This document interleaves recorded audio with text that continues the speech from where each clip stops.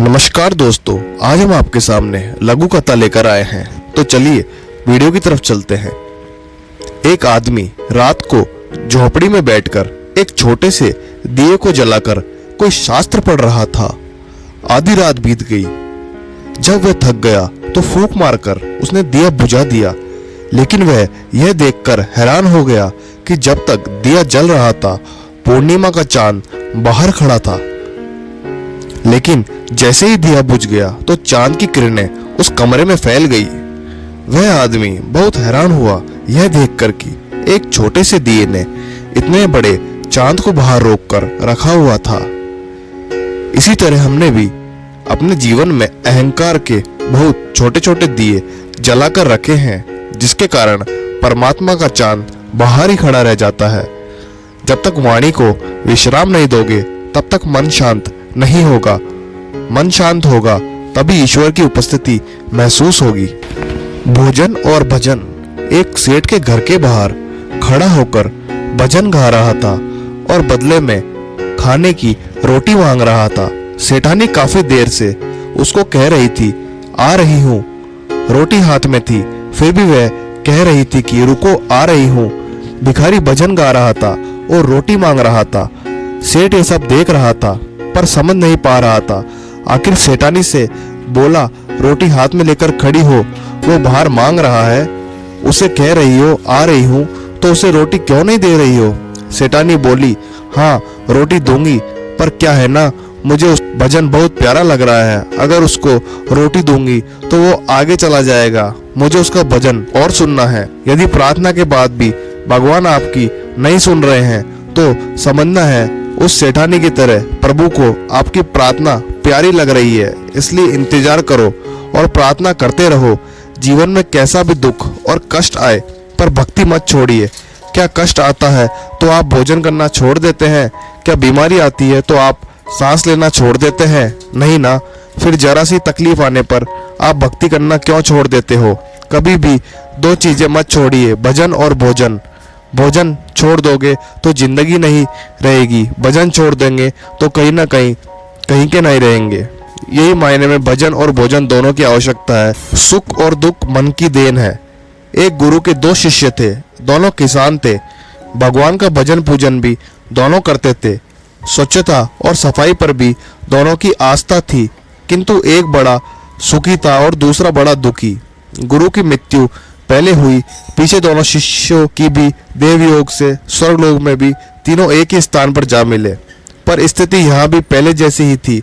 जो पृथ्वी में सुखी था यहाँ भी प्रसन्नता अनुभव कर रहा था, और जो आए दिन क्लेश कलह आदि के कारण पृथ्वी में अशांत रहता था यहाँ भी अशांत दिखाई दे रहा है। दुखी शिष्य ने गुरुदेव के समीप जाकर कहा, भगवान, लोग कहते हैं कि ईश्वर भक्ति से स्वर्ग में सुख मिलता है, पर हम तो यहाँ भी दुखी के दुखी रहे हैं। गुरु ने गंभीर होकर उत्तर दिया, बस ईश्वर भक्ति से स्वर्ग तो मिल सकता है, पर सुख और दुख मन की देन है। मन शुद्ध हो तो नरक में भी सुख ही है, और मन शुद्ध नहीं हो तो स्वर्ग में भी कोई सुख नहीं है। संतोष का फल। एक बार एक देश में अकाल पड़ा, लोग भूख से मरने लगे। नगर में एक धनी दयालु पुरुष थे। उन्होंने सब छोटे बच्चों को प्रतिदिन एक रोटी देने की घोषणा कर दी। दूसरे दिन सवेरे बगीचे में सब बच्चे इकट्ठे हुए, उन्हें रोटियां बंटने लगी। रोटियां छोटी बड़ी थी। सब बच्चे एक दूसरे को धक्का देकर बड़ी रोटी पाने का प्रयत्न कर रहे थे।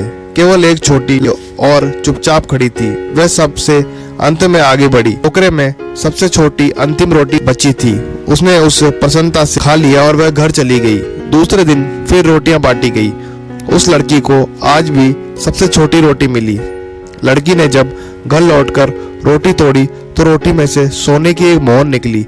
उसकी माता ने कहा कि मोहर उसी धनी को वापस दे आओ। लड़की दौड़ी दौड़ी धनी के घर गई। धनी ने उसे देखकर पूछा, तुम क्यों आई हो? लड़की ने कहा, मेरी रोटी में यह मोहर निकली है, आटे में गिर गई होगी, देने आई हूँ, आप अपनी मोहर ले लें। धनी बहुत प्रसन्न हुआ। उसने उसे अपनी धर्मपुत्री बना लिया और उसकी माता के लिए मासिक वेतन निश्चित कर दिया। बड़ी होने पर वह लड़की उस धनी की उत्तराधिकारी बनी। समय का महत्व। एक गरीब व्यक्ति कठिन परिश्रम के साथ एक अनाज की पोटली सिर पर रख झूमता जा रहा था।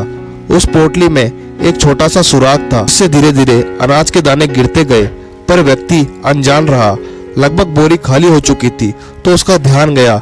देखा तो पीछे दूर तक उसके मेहनत से कमाए दाने पेड़ पड़े हुए थे। कुछ नजर आ रहे थे, कुछ धूल में सन गए थे। उसने गहरे दुख व ललक भरी दृष्टि उन दानों पर डाली, पर पछतावा ही उसके हाथ बचा।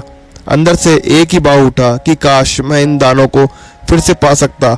वास्तव में यही स्थिति व्यक्ति की होती है। समय हाथ से निकल जाने पर व्यक्ति निश्चित ही पोटली से बिखरे उन दानों को फिर नहीं पा सकता, परंतु यदि समय है तो परिश्रम करके दोबारा अवश्य एकत्र कर सकता है। बीता हुआ समय और बीता हुआ जीवन कभी दोबारा वापस नहीं लाया जा सकता। फिर भी हम सब क्षण क्षण करके पोटली के दानों की तरह परमात्मा की ओर से मिले समय को बिखेरते रहते हैं। पीछे बस इच्छाएं शेष रह जाती है। नव वर्ष हम सबके एक ही पुकार कर रहा है कि मैं तो आ गया हूँ, लेकिन बीते वर्ष की तरह हमें यूं ही न बिखरने देना।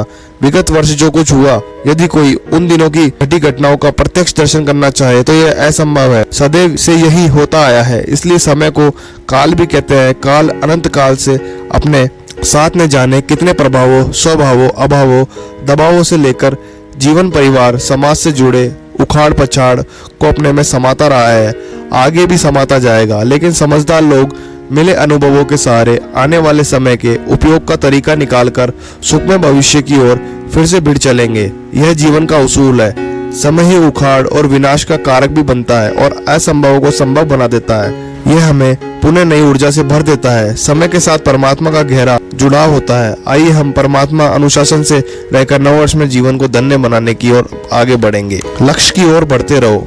पुराने समय में एक संत अपने शिष्य के साथ एक गांव में रुके। कुछ ही दिनों में संत की ख्याति आसपास के क्षेत्र में फैल गई। अब उनके प्रवचन सुनने और दर्शन के लिए दूर दूर से लोग आने लगे। यह देखकर उसी गांव का एक अन्य पंडित परेशान हो गया। उसे लगने लगा कि इस संत की वजह से मेरे भक्त कम हो जाएंगे, मेरा जीवन यापन कैसे होगा। पंडित ने संत का दुष्प्रचार करना शुरू कर दिया। वह लोगों के सामने उस संत की बुराई करता था। एक दिन संत के शिष्य को ये सारी बात मालूम हुई तो उसे बहुत गुस्सा आया। वह तुरंत अपने गुरु के पास पहुंचा और पूरी बात बताई। संत ने शिष्य की बातें सुनी और कहा कि उसे छोड़ो, उससे वाद विवाद करने का कोई लाभ नहीं है। इससे ये सब बातें फैलनी बंद नहीं होगी, इसलिए उसकी बातों पर ध्यान नहीं देना चाहिए। संत ने देखा कि शिष्य का क्रोध शांत नहीं हुआ है। तब उन्होंने कहा कि जब जंगल का हाथी गांव में आता है तो उसे देखकर सभी कुत्ते भौंकने लगते हैं, लेकिन हाथी पर इसका कोई असर नहीं होता है। हाथी अपनी मस्त चाल चलता रहता है। कुत्ते भौंकते हुए थक जाते हैं और वापस अपने इलाके की ओर भाग जाते हैं। हमें भी अपनी बुराई करने वालों के साथ इसी तरह पेश आना चाहिए। हमें सिर्फ अपना काम ईमानदारी से करना चाहिए और सत्य के मार्ग पर आगे की ओर बढ़ते रहना चाहिए। हमारे अच्छे काम ही ऐसे लोगों का मुंह बंद कर सकते हैं। अगर आपको यह वीडियो और इसकी कहानियाँ अच्छी लगी हो तो चैनल को सब्सक्राइब करें, वीडियोस को लाइक करें और अपने मित्रों के साथ शेयर करना ना भूलें। धन्यवाद।